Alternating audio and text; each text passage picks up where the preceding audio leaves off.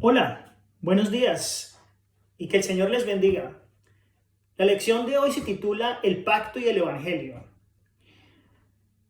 Como nosotros sabemos, hacia el primer día del mes 11 del año 40 del Éxodo, es decir, justo antes de entrar a poseer la tierra de Canaán, Israel había acampado en un lugar llamado Sitín, frente a Jericó, en las llanuras de Moab. Ustedes bien recordarán que Moab fue un pueblo descendiente de Esaú, hermano de Jacob, el padre de las tribus de Israel. Y el pueblo de Israel permaneció allí durante 2 meses. En esos 2 meses se hicieron los preparativos para ocupar Canaán. Pero tal vez lo más importante de todo esto en el libro de Deuteronomio es que Moisés pronunció los discursos que constituyen la mayor parte del libro. Sitín, el lugar donde ellos acamparon, significa acacia. Y acacia se refiere a cualquier variedad o tipo de árbol llamado justamente acacios que puede sobrevivir en regiones muy áridas. En el desierto las acacias no crecen mucho, pero cuando tienen tiempo favorable alcanzan hasta los 4 o 7 metros de altura. La madera del tronco es una madera muy fuerte y es apreciada en la fabricación de los muebles. Por ejemplo, sabemos que para la fabricación del tabernáculo se usó justamente la madera de acacia, lo que significa Sitín, el lugar donde ahora está el pueblo de Israel. En este sitio y a manera de despedida, Moisés le recuerda al pueblo su pacto perpetuo. Pero en la Biblia, cuando nosotros buscamos la palabra perpetuo, compacto, casi siempre aparece junto con la palabra evangelio. En otras palabras, el evangelio predica el pacto entre Dios y el hombre. Y el pacto existe antes de que fuese propuesto aquí al pueblo de Israel en Cades de Barnea, y en los tiempos de Abraham ya estaba. Pablo cita el caso de Abraham en Gálatas el capítulo 3 y el versículo 6, donde dice: Abraham creyó a Dios. Esta es una cita de Génesis 15, 6.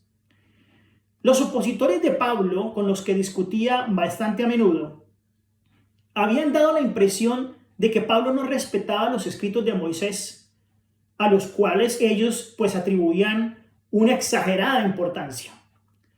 Pablo les hacía frente ahora en su propio terreno, citándoles a Moisés para probar su posición.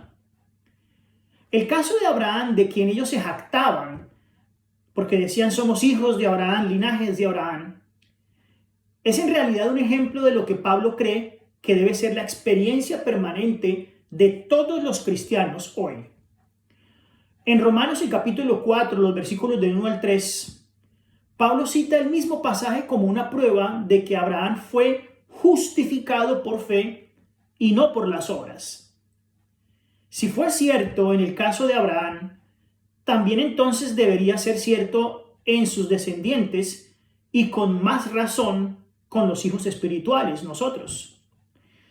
La fe de Abraham le fue acreditada en su cuenta en el cielo, con lo que quedó saldada su deuda, y de esa manera Dios lo consideró justo. Las obras no tuvieron parte alguna para que lograra ese crédito favorable en los registros del cielo. Sencillamente Dios le ofreció y él lo aceptó por fe, creyendo que Dios cumpliría lo que prometía. Sus esfuerzos, los de Abraham, nunca podrían haber comprado esta bendición. Para que una persona sea justificada por la fe, debe tener en cuenta algún otro principio diferente al de las obras de la ley. Ser considerado como justo entonces significa ser perdonado y admitido dentro del favor de Dios. El hombre no puede hacer nada para merecer la dádiva de la justicia de Cristo. No puede pedirla a Dios sencillamente presentando sus propios méritos, es decir, por lo que hace, por sus obras. La gracia divina hace posible que Dios, que es justo, considere como rectos a los pecadores arrepentidos.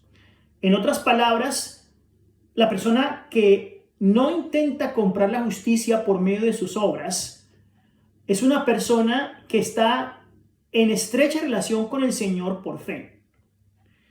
Pero mucho cuidado. Esto no niega de ninguna forma la necesidad de las buenas obras, ya que las buenas obras son el resultado de la fe que se tiene. Es decir, si somos justificados por fe pero no hay obras, esa fe es completamente muerta. Pablo realza nuevamente la verdad fundamental de que el hombre no es justificado por obras, sino por la fe que lo hace participante de la vida y la justicia de Dios. De este modo, entonces, su fe inspira obras, o tiene fe en aquel que confía. Esta fe no es una simple creencia en la bondad de Dios, sino es una plena confianza en que Él justifica a aquellos que no podrían ser justificados si se ejerciera justicia sin misericordia.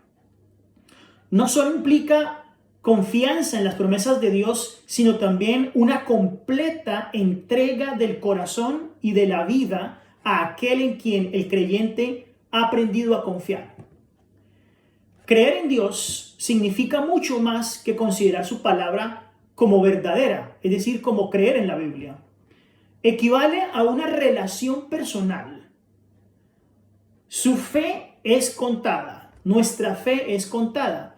Es decir, la fe de quien reconoce que es impío, indigno e incapaz de justificarse a sí mismo por sus propias obras, pero que confía plenamente en la misericordia de Dios para justificarlo. En contraste, con la suficiencia propia, el hombre que pretende que tiene derecho a la justificación como recompensa, por sus buenas obras, claro, la fe que es contada por justicia implica esencialmente que ha renunciado a otro mérito. No tengo ningún mérito delante de Dios por tantas cosas posibles como yo haga buenas. Mediante la fe, el pecador arrepentido presenta entonces delante de Dios los méritos de Cristo y el Señor le abona a su favor la obediencia del Hijo de Dios. Cuando el pecador cree que Dios es entonces su Salvador personal, hay entonces un acuerdo. Dios le perdona su pecado y lo justifica gratuitamente. El alma arrepentida se da cuenta de que su justificación es imposible sin Cristo como sustituto y como fiador. Es decir, debemos aceptar a Cristo en nuestro corazón. Debe haber una transacción legal con Dios. Y eso nos da una nueva vida.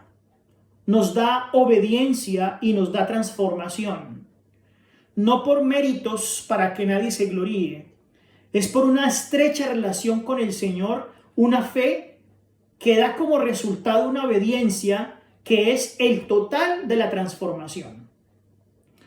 La justicia de Cristo, revelada en su vida perfecta, es decir, en el hombre, y en su muerte expiatorio, pues ha hecho posible que Dios sea justo ante los ojos del universo. El que justifica a todo aquel que tiene fe en Jesús, la aceptación de la justicia de Cristo por la fe, hace entonces posible que el pasado pecaminoso sea cubierto y entonces sea dominado por un una mente completamente transformada. En Levíticos 26, el capítulo 3, dice: si anduviereis en mis decretos y guardareis mis mandamientos y los pusieseis por obra. Es decir, el Señor no solo demanda una fe, sino que demanda el que andemos en sus decretos y que guardemos sus 10 mandamientos. Los 10 mandamientos están válidos. Dice entonces el versículo 12 de Levíticos 26, andaré entre vosotros y yo seré vuestro Dios y vosotros seréis mi pueblo. Por lo tanto, llegamos a ser pueblo de Dios cuando ponemos nuestra fe a disposición mediante las obras, que es el resultado de lo que yo siento por el Señor y por mi prójimo. ¿Qué significa la palabra evangelio? Porque va siempre con la palabra pacto, como lo dije en un principio. ¿Es el evangelio entonces también perpetuo o eterno? En 1 Corintios, el capítulo 15, los versos 1, 3 y 4, dice: además os declaro, hermanos, el evangelio que os he predicado. ¿Qué entonces predicó el apóstol Pablo? El apóstol Pablo predicó el evangelio, el cual recibisteis, en el cual también perseveráis. ¿Qué es entonces el evangelio? ¿Qué es entonces el evangelio perpetuo? Es entonces el hecho de que Cristo fue muerto, sepultado y al tercer día resucitado. Porque dice el texto de 1 Corintios 5, 3 y 4. Porque primeramente os he enseñado lo que asimismo recibí, que Cristo murió por nuestros pecados conforme a las Escrituras. ¿Qué es lo que enseña Pablo? ¿Cuál es el evangelio que enseña Pablo? Que Cristo murió por nuestros pecados y que fue sepultado, dice el versículo 4, y que resucitó al tercer día conforme a las Escrituras. El evangelio eterno es el hecho de que Cristo fue muerto, sepultado y al tercer día resucitó. El evangelio eterno es que nuestros pecados mueren en Cristo y si le aceptamos y hacemos su voluntad. Nuestros pecados entonces son sepultados y en él sí le amamos, y como él dice: si me amáis, guardáis mis mandamientos. Resucitó entonces al tercer día para vida eterna. Pero ¿qué significa para nosotros eso que Cristo hizo por nosotros? Dice Romanos 6:23: porque la paga del pecado es muerte, mas la dádiva de Dios es vida eterna en Cristo Jesús, Señor nuestro. El don de la vida eterna que Adán y Eva perdieron por su transgresión será restaurado a todos los que estén dispuestos a recibirlo y se preparen para él, dedicando su vida al servicio de Dios, es decir, en la obra misionera. En Cristo Jesús, Cristo es la resurrección y la vida. Es el autor de la vida, el que da la vida eterna a todos los que tienen fe en él. Dios de vida eterna, no solo se concede mediante Cristo, sino que está en Cristo, que es la fuente permanente. Por lo tanto, solo puede ser o solo puede recibirse por medio de la unión con aquel que es nuestra vida. Este pacto va de la mano con el evangelio.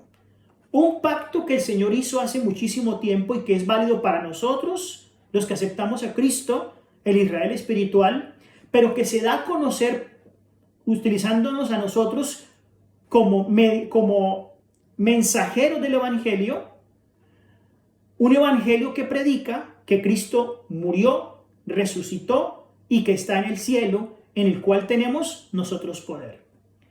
Que el Señor les bendiga, que el Señor pueda dar a nosotros la luz suficiente para predicar este evangelio, que es el pacto perpetuo que Él ha establecido con nosotros. Que el Señor les bendiga.